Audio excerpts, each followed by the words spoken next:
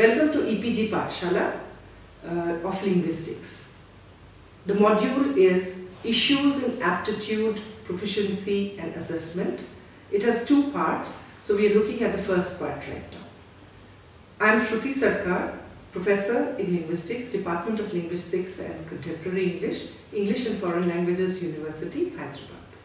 Children attain complete mastery of L1 and have no difficulty in learning a language, whereas adults, as we have seen, have serious issues learning a language. Sometimes they fare pretty well, but sometimes they struggle with the language. In children, what we have found is all children across the world are able to learn language without any instruction, quickly, and without making any mistakes whatsoever. Except, perhaps, children who have some kind of impairment. So there is no individual variation across languages of children in the world. So the individual variation that we talk about is primarily to do with adult language acquisition. So the notion of proficiency, assessment, aptitude, all these terms that we hear in everyday world with relation to language primarily have come up from the literature of second language acquisition or adult language acquisition, and no one talks about these terms in first language acquisition. So in this unit, what we are trying to look at is what are the sources of individual variation in child language acquisition, that is first language acquisition, and show that these concerns are very different from the concerns that we talk about in adult language acquisition. So let me quickly recap what we know about first language acquisition. We know that between the age of 0 to 4 years, children learn a whole lot of things about language. For example, they know the sounds of the language, what we call phonetics. They know how these sounds pattern and combine. This is what we call phonology. They know which are the meaningful units in the language, for example, the morphemes of the language, and they also know how these morphemes combine to form words and longer words. They also know what are the syntactic units of the language, and they know how to put these together in terms of a syntactic unit, that is a sentence or a clause. They also know how meaning is constructed, that is semantics, and what are these modalities of meaning that are captured through different syntactic units. And all this happens within 4 years. Yes, there are differences between a child learning a first language and an adult learning a first language. For example, there are words that children don't know. For example, a 4-year-old child does not know words like democracy. Even if he knows the word democracy, he does not understand what it means. So there are lexical items that they don't know. There are certain usages of grammar that they are not aware of. There are phrasal verbs that they do not know, but these are not things that will affect their communication in the real world. However, what we see is that an interesting fact that we see is that across the world, children are learning so many languages, and in each language, children are behaving exactly the same way. If you remember, we have talked about the root of language. All children are following the same route to language learning. For example, you would never find a child learning language using a sentence of 5 words before at the age of 2 years. Or you would never find a child producing a word within 6 months at 6 months of age. All children seem to move from syllable to words and words to more words and one word stage to two word stage, two word stage to three word stage, and then the clausal structure. So the complexity of the sentence or the complexity of the clause shows a similarity or universality of order across children learning languages. Similarly, we find that all children across the world seem to drop auxiliaries. Initially, the sentences that they form are words like mummy go, he walk, where the tens and other things are missing, and it is only the open class words that are being used. Also, if you look at their sentences initially at the age of 2.5, 3 years, you will find that their sentences have one clause at a time. So one would not expect a 3-year-old child to either understand or produce a sentence which has a conditional unit. For example, if I tell the child, if you don't eat your dinner, you cannot listen to a story. The child would not understand the sentence because it is biclausal and would not also produce a sentence like this at the age of 2 years. So with the cognitive maturity, the language also matures.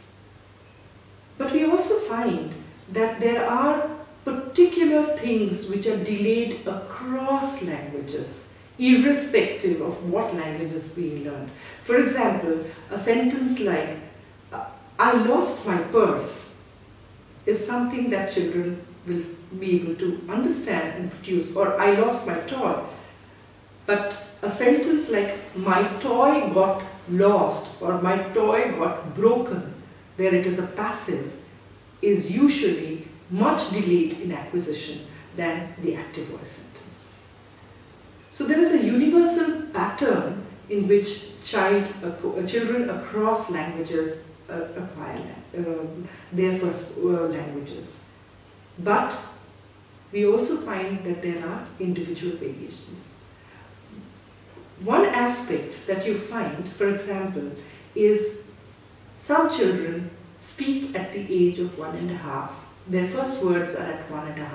There are children whose first words are at 2 years. There are even children whose first words come as late as 3.5 years. But this pertains to the use of lexical units which have to be memorized and produced. Or you have to learn them from exposure, because words are what make a language. Language is different. But syntactically, morphologically, languages are very similar. Even phonologically, they are similar. All children across the world stumble on consonant clusters, and they have problems producing sibilants. For example, a child across languages is unable to produce the sound S. So for an English child, a word like sky would be used as guy, or a word like blue would be boo.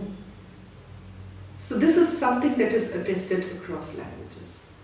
But the individual variations that we look at are pertinent to only lexical units or vocabulary, and over a period of time we realize that unless the child has an impairment, these problems get sorted out. So vocabulary by itself does not create too much of a problem unless there is some kind of impairment attached to it. But the individual variation that we talk about in child language acquisition has to do with particular kinds of impairments. And these impairments could be largely grouped into two kinds. One are those which have to do with language disorders, the others which have to do with cognitive disorders. Let us quickly look at these language disorders. What do we mean by language disorders? Language disorders are those disorders which impact only some aspect of language or the whole of language. Whereas cognitive disorders are those which have to do with memory, problem solving, attention, and many other aspects, but not particularly related to language. This is of theoretical interest, particularly because we try to show that it is not necessarily true that a person who has cognitive disorder will have language disorder or vice versa. So they are two separate modules. The individual variations and lexical units, that is vocabulary that we were talking about, we find that children show a different rate of vocabulary learning.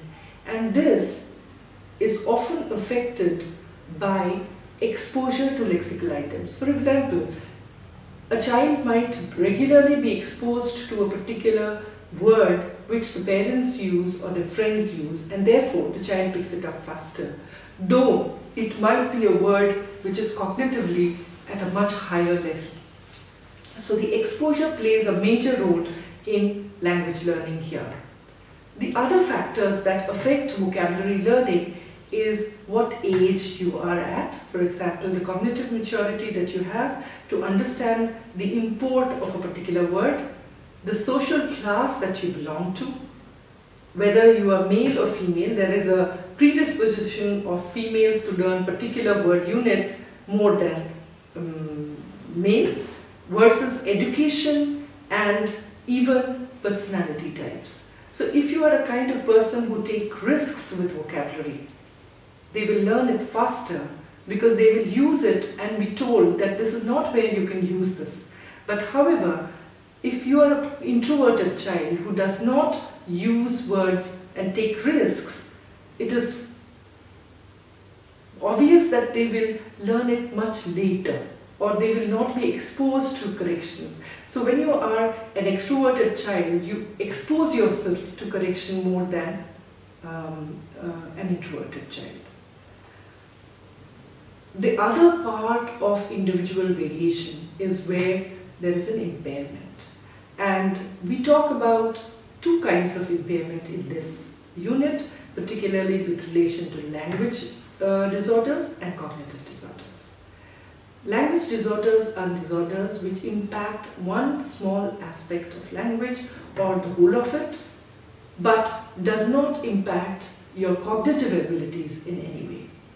Cognitive impairments are those which impact domain general abilities, for example, memory, cognitive problem solving, attention, these aspects which impact other parts of your knowledge system. For example, these impact mathematics, science, learning of skills, but may or may not impact language.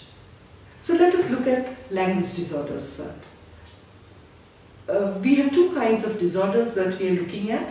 One is specific language impairment, the other is speech impairment.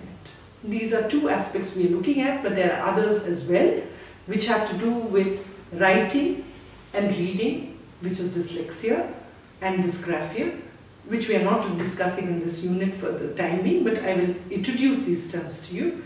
And we are looking at cognitive impairments, particularly those which arise from some kind of chromosomal abnormalities like Williams syndrome and Down syndrome.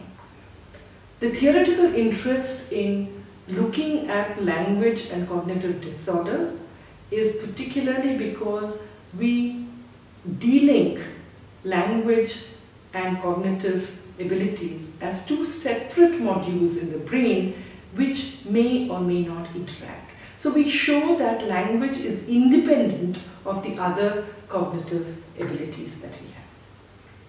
And therefore, you could have a cognitive disorder and not have a language disorder, and you could have a language disorder and not have a cognitive disorder. So, specific language impairment, which is a language disorder, has to do with one segment of language which is affected, that is functional categories. For example, a person who has specific language impairment, which we in short call SLI, will find it difficult to use tense, WH movement, will have problems with passivization, will have problems with agreement, but will have no problems using words. For example, it is almost like the old telegrams that we had earlier. So it would be something like, President come home, welcome, by somebody. So you have all the tense, agreement, other things missing in the sentence. But meaningfully, they are able to put together sentences. So it's a very small segment of language which is affected, and it does not seriously affect their living life or having any problems, but it might pose a difficulty in their academic achievement. Speech impairments, for example, those like where you stutter or stammer and you have problems with particular sound, these have to do with your motor abilities and do not affect your ability to learn language. That is something that is driven by the mind and the universal grammar. So it might be difficult for them to produce language, but there is no difficulty in comprehending language or writing the language. It is primarily to do with speech. So the individual variation that we talk about is from these two segments which create a problem, but this is something where it's an atypical population. Whereas in cognitive impairment, we look at two kinds of impairment, that is Williams syndrome and Down syndrome. They are very interesting because both of them have problems in terms of abnormality in the chromosome order and number.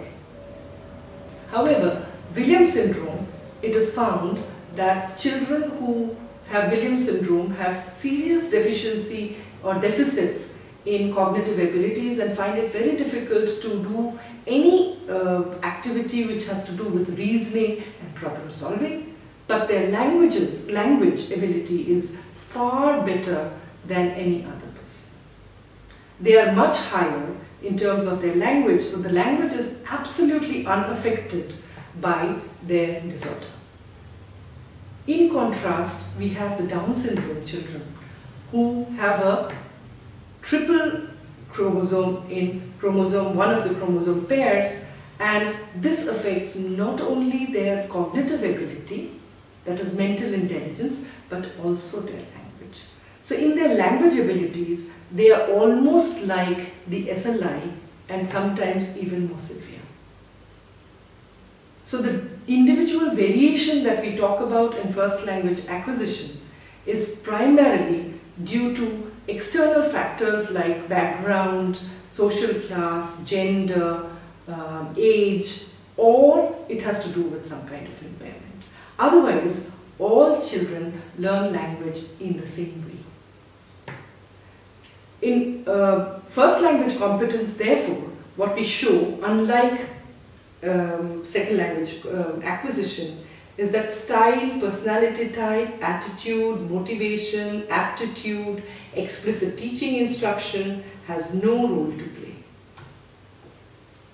So in this unit, what we try to bring home, what we try to show is that in first language, there is very little scope for individual variation unless it has to do with certain external factors or certain kinds of impairment. But in second language acquisition, which we are going to look at in the next unit, these factors which have to do with socio-affective factors play a major role.